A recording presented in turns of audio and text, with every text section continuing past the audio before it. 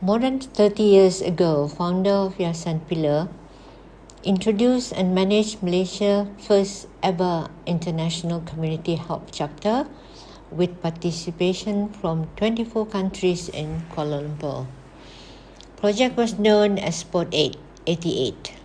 Sponsors and partners were Telekom Malaysia, RTM, colleges, Nestle, and caring members of the public in Malaysia.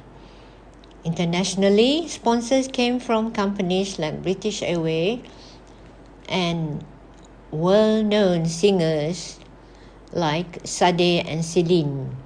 Highly appreciated was the support of Prime Minister Dr. Mahathir and his cabinet members. This combined effort was able to raise 4.8 million in 48 hours. The beneficiary of our campaign was the thousands of sick children of Africa who badly needed treatment from waterborne diseases. These two Pak Cik had been selling fruits and vegetables at the pasar for many years. After the market had been opened to other nationals like Banglas and Indon, small traders were selling vegetables far cheaper than those two Pak Cik. Banglas and Indons products are often not fresh, wilted and off, but nevertheless sell fast because they are cheap and meet the need of buyers on the lowest budget. Malaysian petty traders have been squeezed out by foreign petty traders. Some are legal and some are illegal. The market used to be a hub for local to sell their veg, their fruits and other goods. But now, they become a minority amongst aggressive foreign petty traders. These two Pak Cik are typical example of victims within their rightful territory.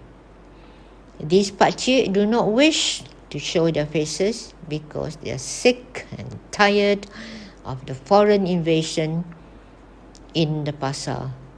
They are looking for protection from local authorities from a further erosion of their rights as Malaysians. Situation has been for some time depriving local petty traders, earning from their hard day work. Last month, Yayasan Pillar NGO with small number of volunteers reopened the KL chapter with just 3 starter volunteers. It was considered a small starter. We started in city area Chowkit, which for many years is a convergent location for multinational races, Malay, Chinese, Indian, Pakistanis, Indonesian and others. Although this location is a stone throw away from world-famous KLCC Twin Towers and many high-rise commercial buildings and 5-star hotels, it is also a location choreographed by many beggars and city poor families. They are homeless and squatters. For Yayasan Pillar NGO First Community Help in Chowkit, we talked and handed out food aid to the ones who were not shooed away by Dewan Bandaraya Kuala Lumpur Police. Begging is prohibited in the city area. We managed only to talk to the less mobile oldies and Malaysian petty traders who are there to sell vegetables and fruits taken from elsewhere. This just to justify their presence in the event they are raided by EBKL Anti-Beggar City Police. How much do they make per day? About 5 ringgit to 10 ringgit per day if they are lucky to sell anything. If they are not lucky to sell anything or no sedekah, donation from members of the public, they would end up with 1 meal a day of mee package or nasi bungkus. Note that many also receive aid from government of a few hundred ringgit per family. But this is unquestionably badly needed to pay motorcycle, petrol and water bills. Nothing left for other basic necessities.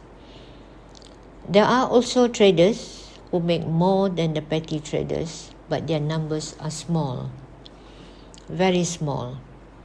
This is probably okay for small family survival, but what about those with bigger family members? How do they survive? Where and how do they live? Live more like how and where they squat. Okey, Assalamualaikum.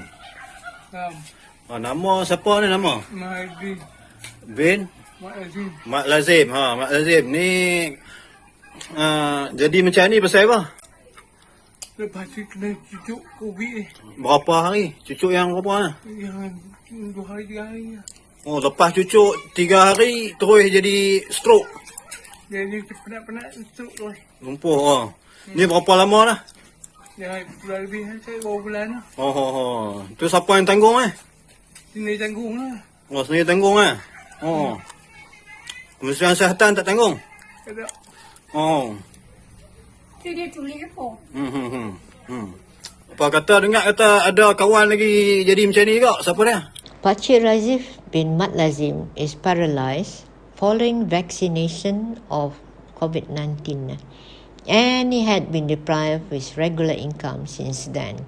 He is one of the many city poor, sometimes living on 1 meal a day and deprived of basic necessities. These issues Yayasan Pillar NGO will take up next, along with other disturbing issues affecting Malaysian petty traders and city poor families. Meanwhile, Yayasan Pillar NGO wishes to thank our 3 starter volunteers, namely Puan Mira, Young Man Shahrul and Imran. Thank you.